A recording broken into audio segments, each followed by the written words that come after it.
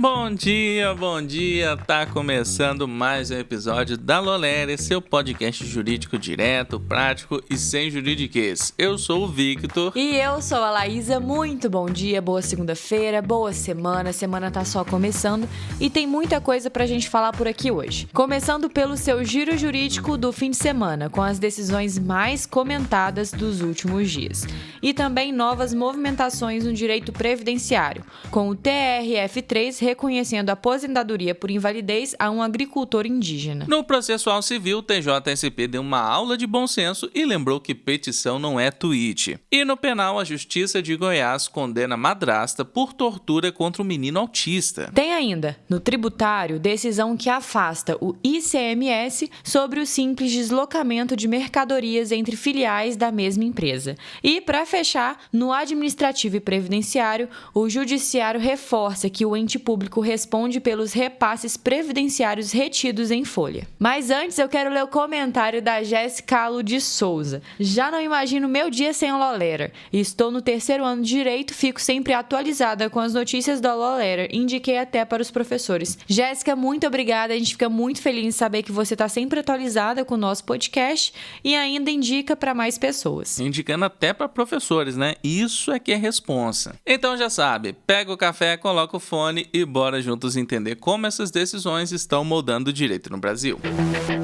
E a gente já começa com o nosso giro jurídico do final de semana. No direito digital, um advogado perdeu acesso ao seu e-mail profissional hospedado pela Microsoft, e quem acabou pagando foi a própria Big Tech. A justiça entendeu que o bloqueio da conta e a dificuldade no suporte violaram um dever de continuidade de um serviço essencial à advocacia, especialmente porque a caixa de entrada estava cheia de comunicações processuais e mensagens de clientes. E o resultado? Indenização por danos morais. E se houver prova de prejuízo real, podem vir também danos materiais. No administrativo, o STF deu uma nuance à discussão do nepotismo. A corte decidiu que nem toda nomeação de parente em cargo político é ilegal, desde que haja justificativa técnica e ausência de favorecimento pessoal. A súmula vinculante 13 continua valendo, mas não se aplica automaticamente a cargos como ministro ou secretário de Estado. O controle judicial segue, mas agora exige provas concretas de desvio de finalidade. E para fechar, no empresarial, o TJMT decidiu que 2 empresas podem usar sim o mesmo nome, desde que não haja confusão no mercado nem tentativa de se aproveitar da reputação alheia. O tribunal destacou que nome empresarial e marca são coisas diferentes. O primeiro é registrado na Junta Comercial e o segundo no INPE. Se as empresas atuam em áreas distintas e agem de boa fé, não há problema nenhum. Dica prática para isso: pesquise antes de registrar e mantenha tudo formalizado para evitar brigas de vizinho corporativo.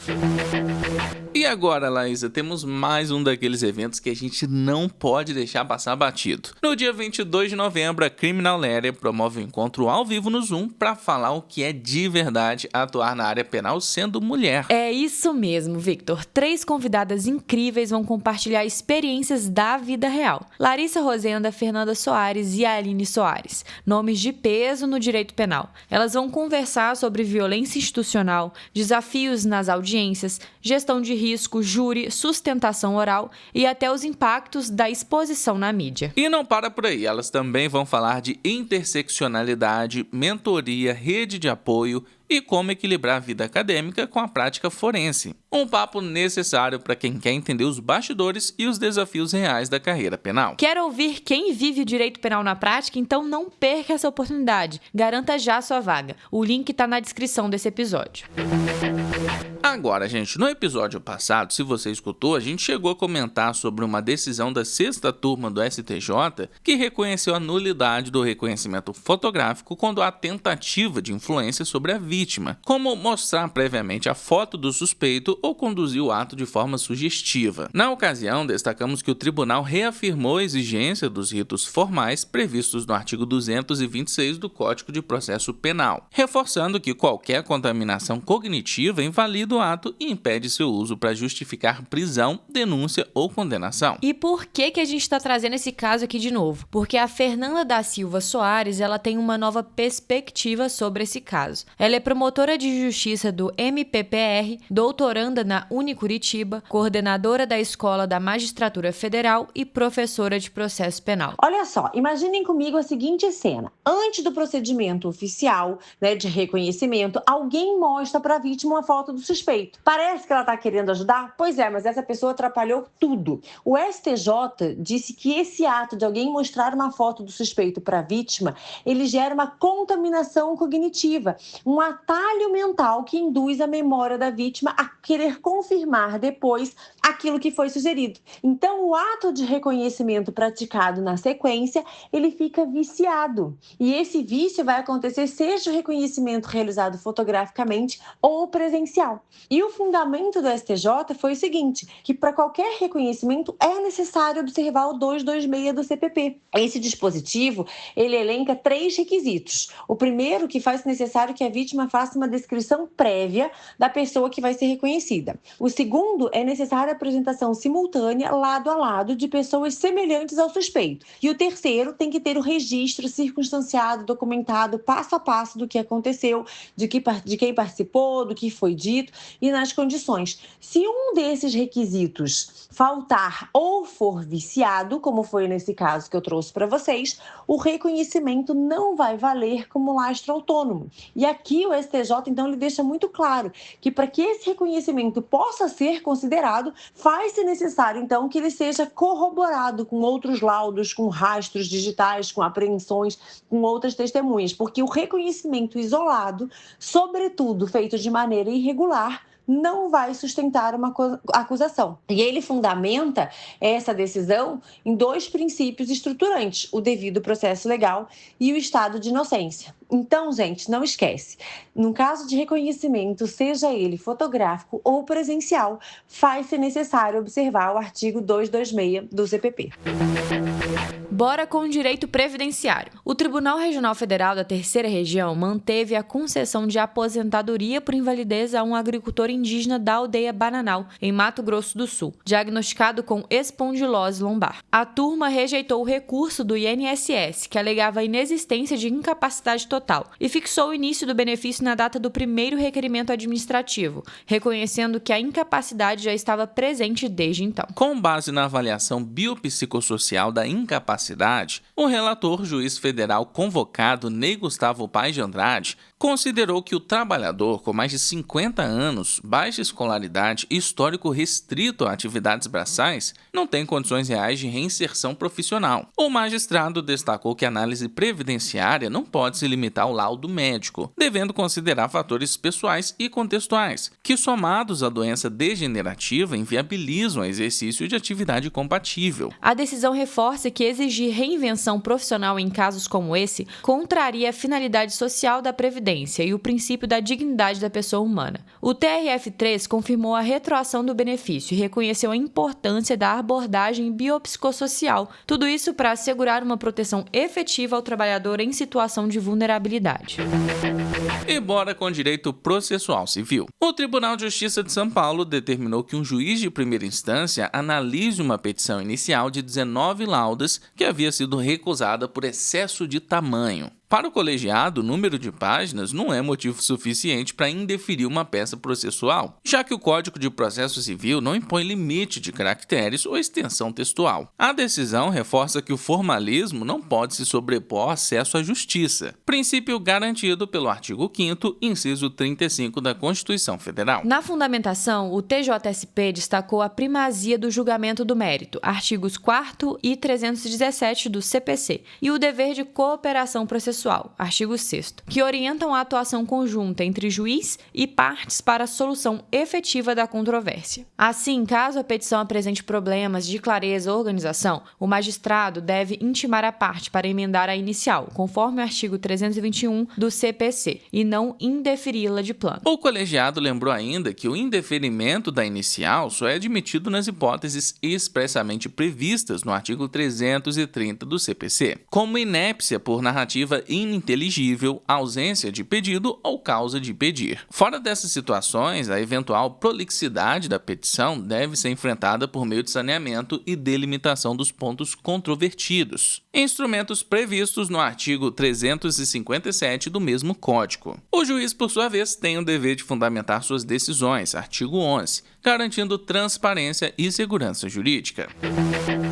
Nossa próxima notícia é de direito penal. A justiça lá de Goiás condenou uma madrasta a mais de 8 anos de prisão por tortura contra um menino autista. De acordo com a sentença, ela submetia a criança a sofrimento físico e psicológico e chegou a oferecer cerveja para o menor, configurando violação grave de dever de cuidado. A decisão se baseou em relatos de órgãos de proteção e na investigação policial, que comprovou os maus-tratos e o ambiente de violência doméstica. O juiz enquadrou a conduta no artigo 1º, inciso 2 da Lei nº 9.455 de 1997, que define o crime de tortura e prevê aumento de pena quando a vítima é criança ou pessoa com deficiência. Também reconheceu ofensa ao Estatuto da Criança e do Adolescente, que proíbe o fornecimento de bebida alcoólica a menores. A sentença destacou que a vulnerabilidade associada ao transtorno do espectro autista agrava a responsabilidade da agressora e exige resposta penal proporcional. Além da pena de reclusão, foram fixadas medidas protetivas imediatas, como restrição de contato e acompanhamento da vítima por rede de assistência. O juiz ressaltou que práticas de humilhação, castigos cruéis e exposição a álcool configuram tortura e maus-tratos, exigindo a atuação firme do Estado e colaboração da sociedade. E agora vamos para direito tributário. A Justiça de São Paulo afastou a cobrança de ICMS sobre o mero deslocamento de mercadorias entre filiais da mesma empresa, reconhecendo que o imposto exige circulação jurídica e não apenas o transporte físico dos bens. A Fazenda Estadual queria tributar as remessas internas entre estabelecimentos com o mesmo CNPJ raiz, mas o juiz entendeu que não há fato gerador quando não ocorre mudança de titularidade. A decisão aplicou a tese firmada pelo STF no tema 1099, segundo a qual o ICMS não incide em transferências dentro do mesmo contribuinte, e seguiu a Lei Complementar número 204 de 2023, que alterou a Lei Candir número 87 de 1996, para confirmar a não incidência nessas movimentações. O juízo também assegurou a manutenção dos créditos de ICMS já apropriados, vedando o estorno quando há apenas deslocamento logístico, desde que a escrituração fiscal esteja regular e compatível com as normas do CONFAS. Com isso, ficou reforçada a distinção entre circulação física e circulação jurídica, esta última sendo o verdadeiro gatilho para a incidência tributária. A sentença traz segurança jurídica às empresas e reduz litígios fiscais, orientando contribuintes a ajustar CFOPs, organizar a documentação contábil e registrar corretamente as operações de remessa e retorno.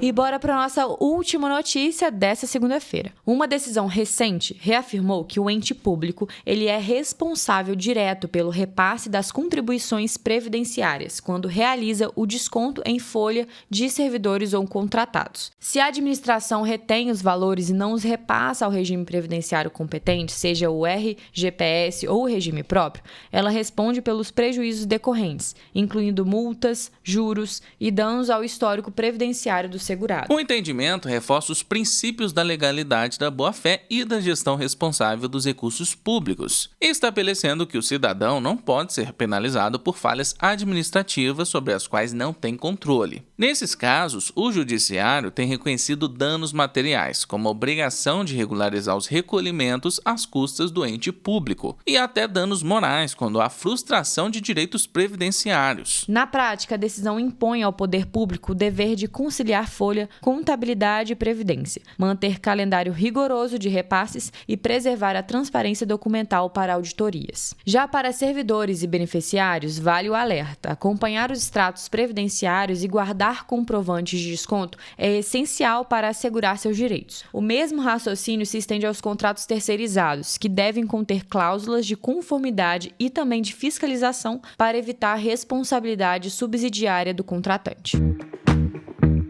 E por hoje é só, nosso episódio vai ficando por aqui. Muito obrigada a você que ouviu a gente nessa segunda-feira. Eu quero agradecer a todo mundo que comentou na edição passada, batendo o ponto aqui com a gente. A Kelly Barros, o Reinaldo, Bela, Ana Bia, o Gustavo Kirchner, Nath, Jéssica Lu, Cássio, o Alisson, Josi Rodrigues, Guilherme Chaves e Bianca Martins. Muito obrigado a todos que comentaram. E já sabe, segue a gente no seu tocador de podcast favorito, ativa o sininho para não perder nenhum episódio e avalie a gente com 5 estrelas, porque ajuda bastante. Eu queria deixar aqui meu agradecimento também à Katney. Ela me encontrou lá no Instagram e ela mandou uma mensagem para mim falando que sonho que é me conhecer e que é a minha voz que ela escuta todo dia. Ô Katney, eu fico muito feliz em saber que você tá aí ouvindo nosso podcast e fiquei muito feliz com carinho. Compartilha também esse episódio lá nos seus stories e marca a gente no @ló.lere. Se cuida, bom estudo e bom trabalho por aí. Até amanhã.